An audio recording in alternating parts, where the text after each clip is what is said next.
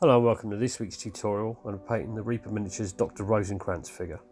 So first of all, the chair was given a coat of Akan emerald green. This is a colour used for Soviet aircraft cockpit interiors. It's quite distinctive. The paint was quite old, so it took a bit of mixing to get it to go on the model, and it was quite a glossy appearance, so I had to apply several coats. But I thought it had a nice kind of post-apocalyptic Fallout kind of feel to it, which would work well with this miniature. So once that was dry, I started adding some chipping using a lightened coat of the emerald green, just on areas that would really get wear and tear. This is the first part of the chipping process, just going on the edges, items where the paint would be really quite distressed. So once this was dry, I went back with some LifeColor deep Cockpits, a very dark grey, and I covered up, I suppose, 90% of the lightened emerald green just to really show some wear and tear, and added some bits that weren't covered by the green. You see on the top here, this is an area that obviously gets chipped quite significantly, so I added quite a lot of paint here.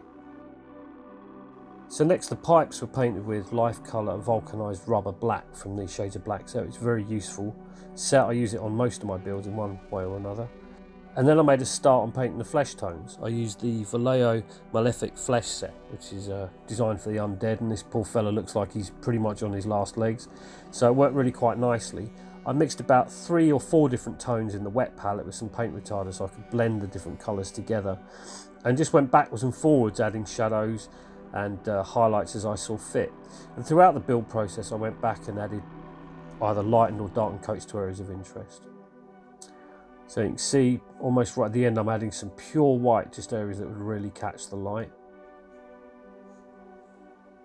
And then for a final touch I added some LifeColor light red from the flesh shadowing set, which is very, very thin, and this really added a nice fleshy tone to the grey. So the figure pretty much done. I thought the seat looked a little bit stark or just a single colour, so I used the Oilbrusher Mecha light green wash just to give it a bit of a highlight. Now the screen was painted first of all with Games Workshop Runefang steel in several coats to get a nice even coverage. And then once this was dry, a coat of Tamiya clear green was applied over the top, quite thin, several coats were used. Well, the actual signal on the screen was done using Elysian green, and this was basically highlighted later on in the build process. And this provided a nice area of interest on the model, just something that really catches the eye. Now, as the screen would be a bit of a focal point, I thought it would be nice to add some red and yellow kind of warning signs around the edge of it. So this was done with basically Evil Sunz Scarlet and Flash Gitz yellow from Games Workshop. And these are given a black outline once the stripes have been painted.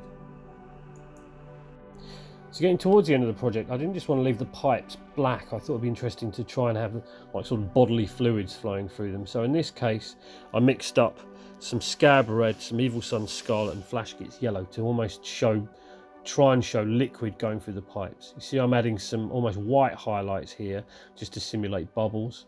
And this worked quite well. I had to go backwards and forwards several times before I got an effect I was happy with.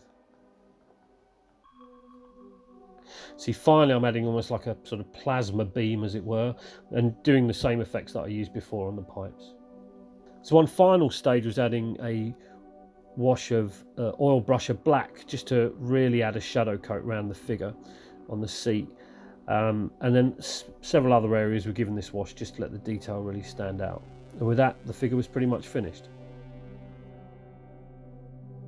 So here's the finished figure. It was certainly an unusual subject to paint, and the flesh tones were really quite challenging. It was also good to do a sci-fi subject, something that I haven't really done that much of, so I want to do more in the future.